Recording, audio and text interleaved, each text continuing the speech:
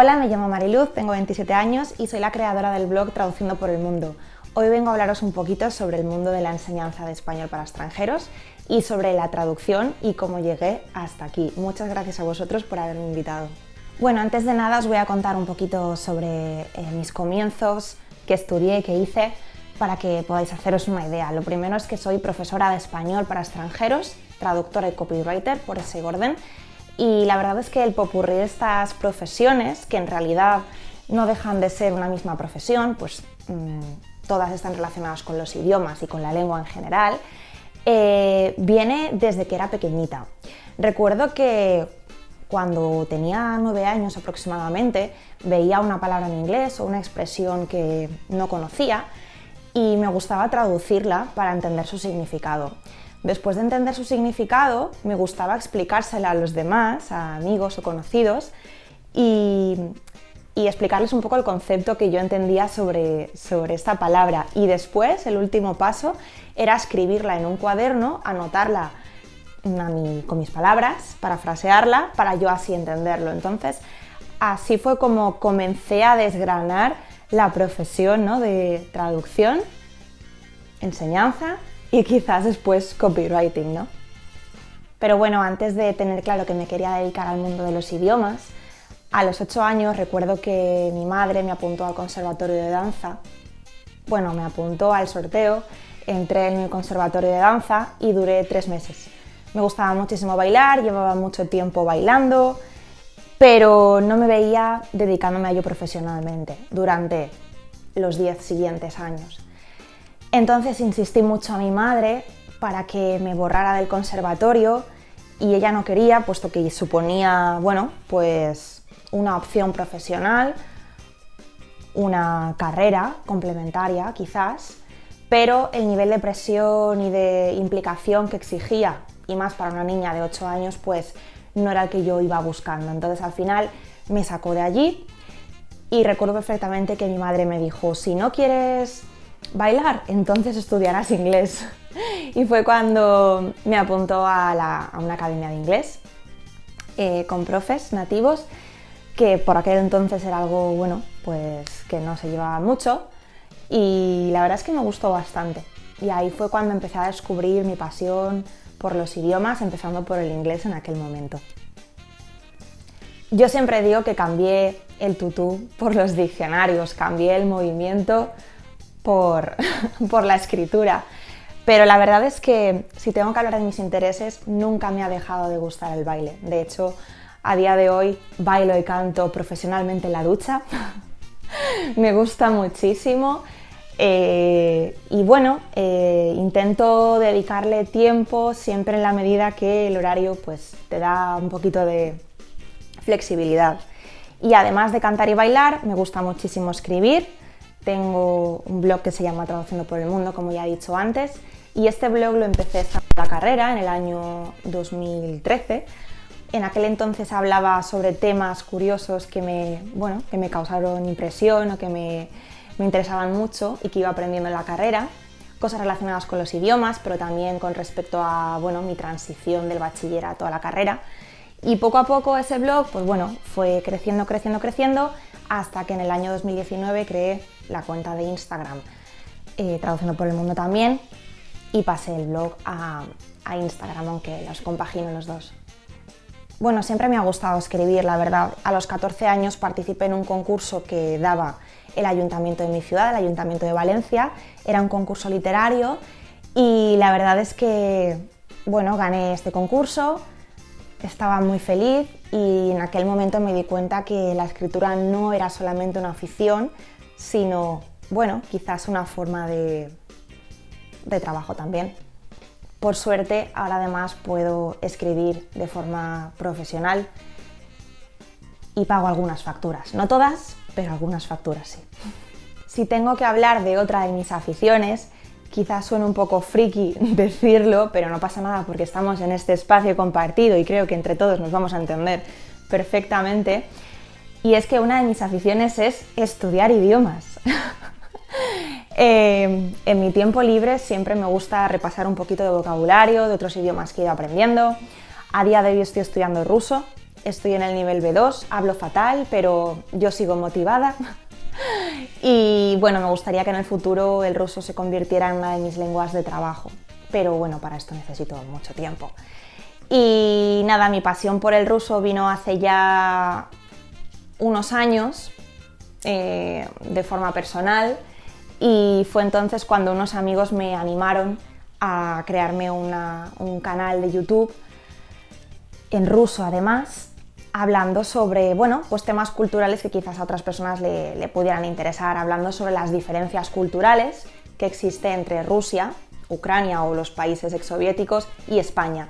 El español es uno de los idiomas más populares en las antiguas repúblicas soviéticas y bueno, pensé que acercar nuestra cultura a países tan lejanos y tan diferentes como Rusia y Ucrania podía ser muy beneficioso para otras personas y también para mí, porque a la vez me permite estar investigando, actualizándome y aprendiendo, que al final es lo que me gusta hacer.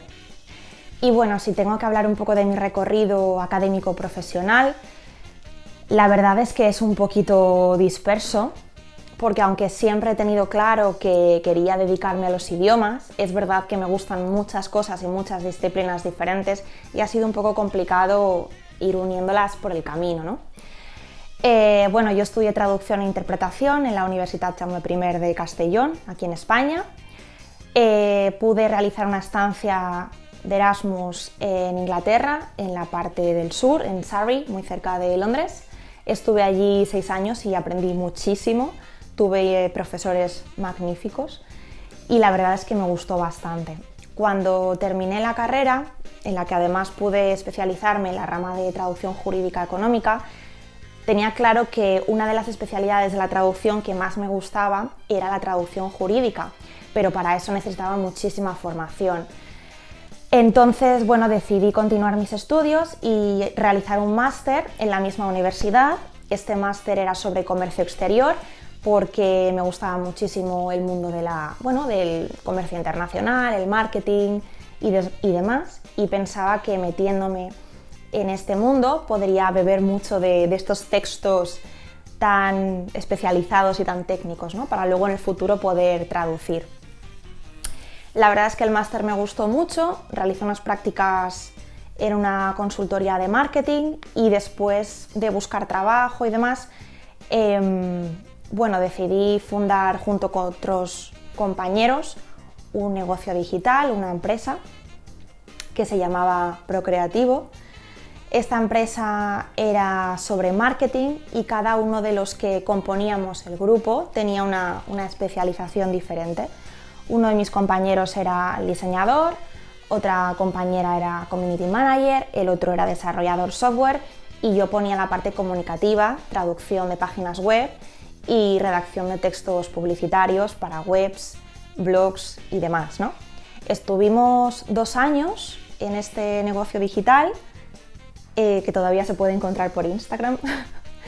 La verdad es que aprendimos muchísimo, fue muy intenso, bastante estresante y al final me di cuenta de que no era lo que yo buscaba, que no era lo que me hacía sentir bien, no era un trabajo en el que yo me veía para toda la vida, porque al final esa parte comunicativa que yo, que tenía que poner, no la estaba ejerciendo y me sentía un poco frustrada. A mí lo que realmente me gustaba era la enseñanza de idiomas, la traducción y todo lo relacionado con las letras, ¿no? Entonces, fue una experiencia muy positiva, pero decidí dejar el barco y mis compañeros continuaron. No he contado que durante el proceso de estudio del máster pude trabajar como profesora de español también. Desde que acabé la carrera de traducción había podido empezar a trabajar como profesora de español en algunas escuelas, como en Forex, por ejemplo, y fue justo al acabar el máster cuando se me presentó la oportunidad de trabajar en una escuela de español bastante conocida en Valencia, Hispania se llama. En esa escuela aprendí muchísimo, me enseñaron mucha didáctica del español que nunca antes había visto y la verdad es que fue muy útil la experiencia fue bastante intensa, bastante, bueno, abrumadora en algunos momentos, pero sí que reconozco que en general la perspectiva y la experiencia fue muy positiva porque aprendí muchísimo.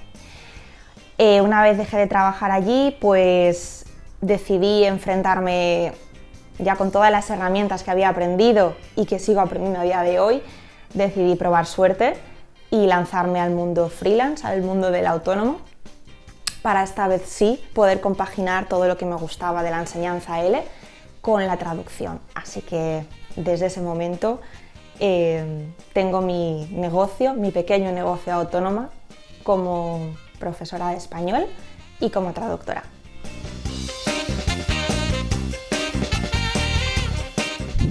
Bueno, la primera pregunta es ¿cómo decidiste convertirte en traductora?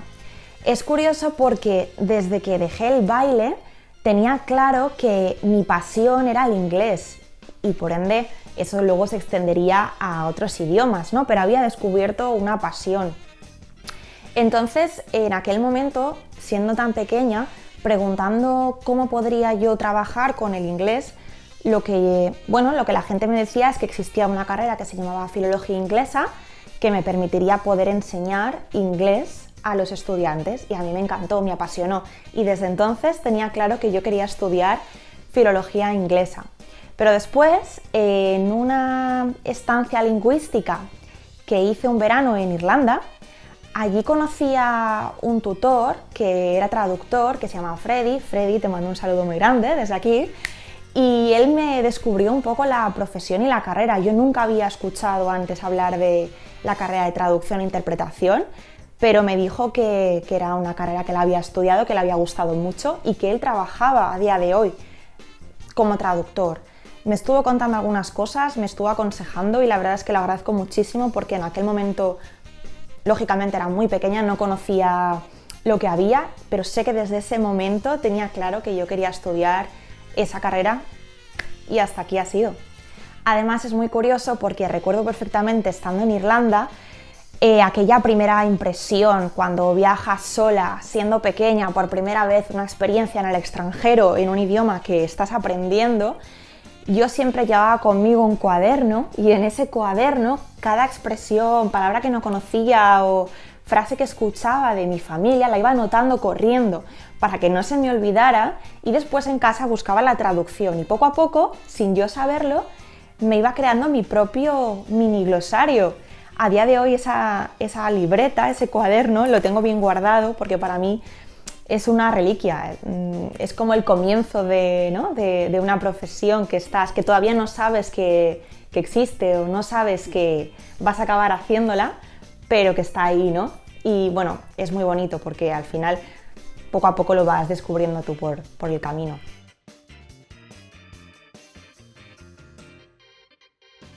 La siguiente pregunta es, ¿qué es lo que más disfrutas de ser profesora L? Bueno, sin lugar a dudas, lo que aprendo y lo que me río en mis clases. Eso sin duda es, la suerte intrínseca de esta profesión, que nunca dejas de aprender y además conoces a personas muy interesantes con las que compartes visiones y puntos de vista culturales totalmente distintos. A mí me gusta que me vean más que como una profesora, como una guía, una persona que está detrás empujándoles y guiándoles en su proceso de aprendizaje y que desde un punto de vista profesional les va apoyando y explicando, pero son ellos mismos los que se van dando cuenta del aprendizaje. Y en el momento en que el estudiante pierde ese miedo, ese prejuicio del profesor y entiende que también se puede aprender de una forma divertida y natural, es cuando las clases pasan a ser súper divertidas.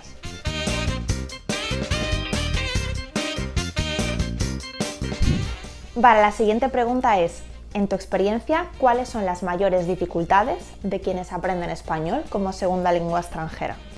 Esta pregunta es complicada porque depende muchísimo del perfil del estudiante y del país de origen.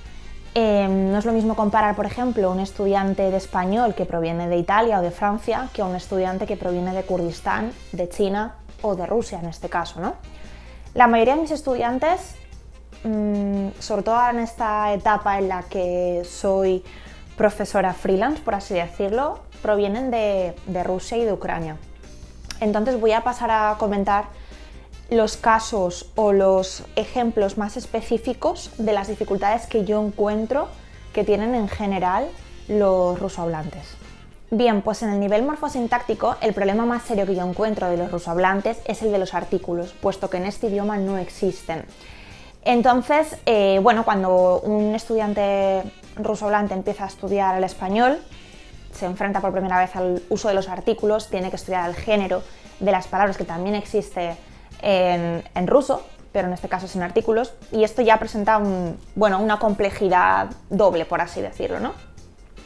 Pero es que además, cuando ya alcanzan un nivel avanzado del español, tienden al abuso de este signo, tienden a la llamada hipercorrección, y es que utilizan los artículos para absolutamente todos los casos, cuando los artículos en español es algo muy específico y muy expresivo, y hay muchísimos casos y excepciones en los que es correcto utilizar el determinado, el indeterminado o simplemente sin artículo. Llegar a esos casos es muy complicado porque a veces se trata de ejemplos muy específicos, muy concretos, y si no fuera por la literatura o por, la experiencia, la práctica, sería muy complicado de explicar.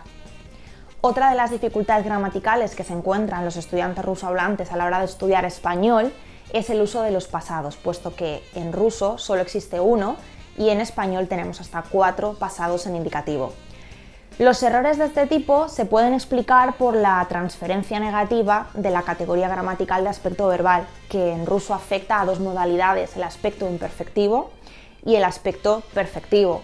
El aspecto imperfectivo habla de esas acciones durativas, es decir, de aquellos verbos que, por su significado propio, tienen una duración, ¿no? un hábito, lo que podríamos entender como un pretérito imperfecto.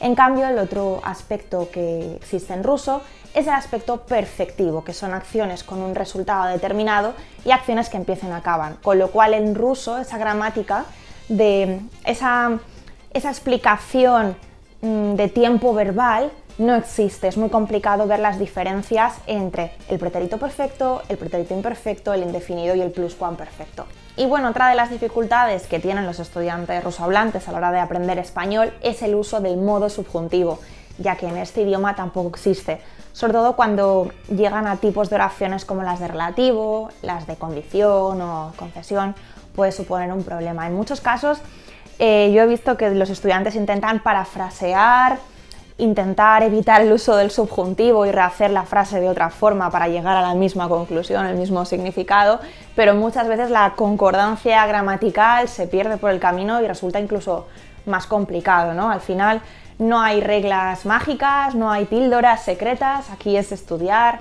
un poco el uso de cada tipo de oración, su teoría, y aprender el idioma en el propio idioma y no en la comparación, que a veces puede ser un poquito más complicado.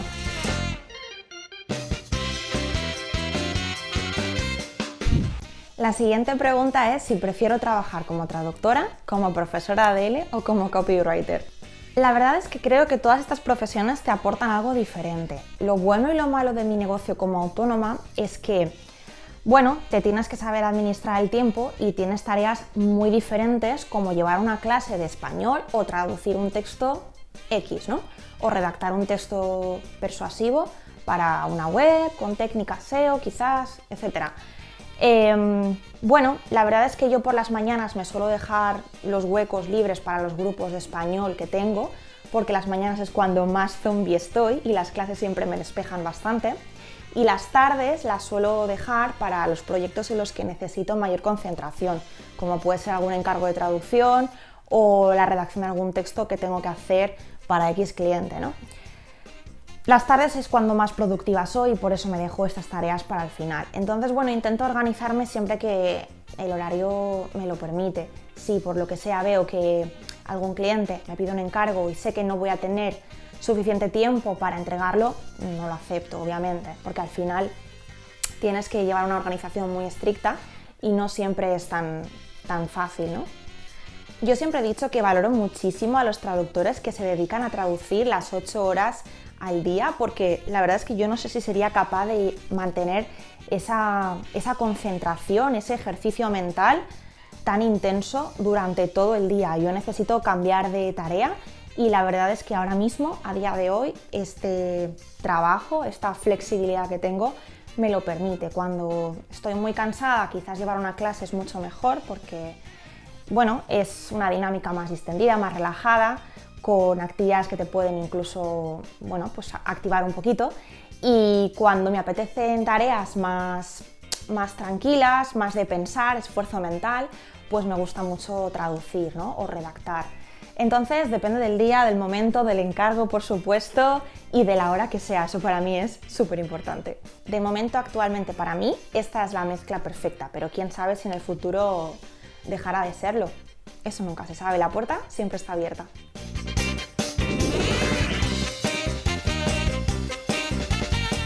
La siguiente pregunta es: ¿qué recomendaciones le darías a un traductor que quiere viajar por el mundo?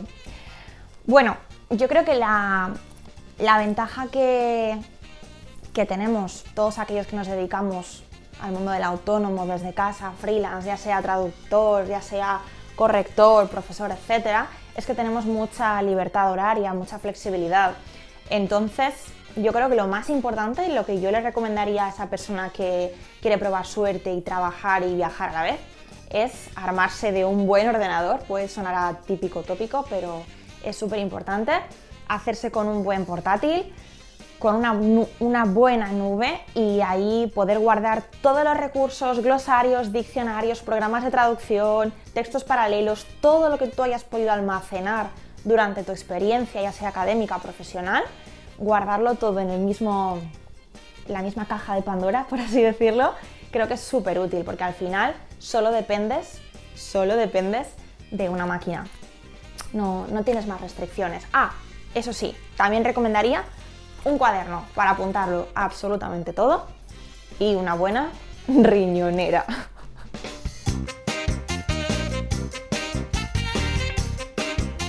Y la siguiente pregunta, fuera de contexto, es: ¿cuál es la comida más rara que has probado en alguno de tus viajes?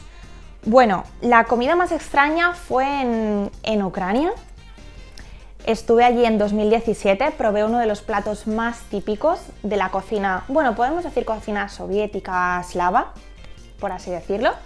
Es el borщ. Borщ es una sopa de remolacha elaborada a base de verduras, de col, de judías, zanahorias y también de carne, que al final es el ingrediente principal que le da sabor a la sopa. Y por supuesto, remolacha. La remolacha es la verdura que le da color a esa sopa rojiza, que puede parecer un poco, bueno, un poco rara, ¿no? Un aspecto un poco raro, pero realmente está muy buena. Y lo que más me sorprendió a la hora de comerla es que esa sopa, que es puramente líquida, se la comen con nata, pero nata de cocinar, que ni siquiera aquí, bueno, existe. Lo más parecido que tenemos en España, smietana, que es esta clase de nata para cocinar, es el yogur griego, que se vende como yogur.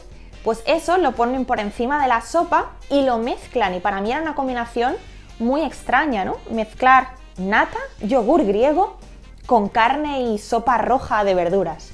Pero de verdad que está súper buena. Bueno, hasta aquí todas estas preguntas, espero que os hayan gustado muchísimo. Muchísimas gracias a Ushuaia Solutions por haberme invitado a participar en su blog. Cualquier pregunta, comentario, sugerencia que queráis dejar, pues lo podéis escribir en comentarios o escribirles un mensaje a ellos o a mí mismamente en la cuenta de Traduciendo por el Mundo. Y estamos por las redes para compartir cualquier cosa que nos interese. Muchas gracias, un beso, adiós.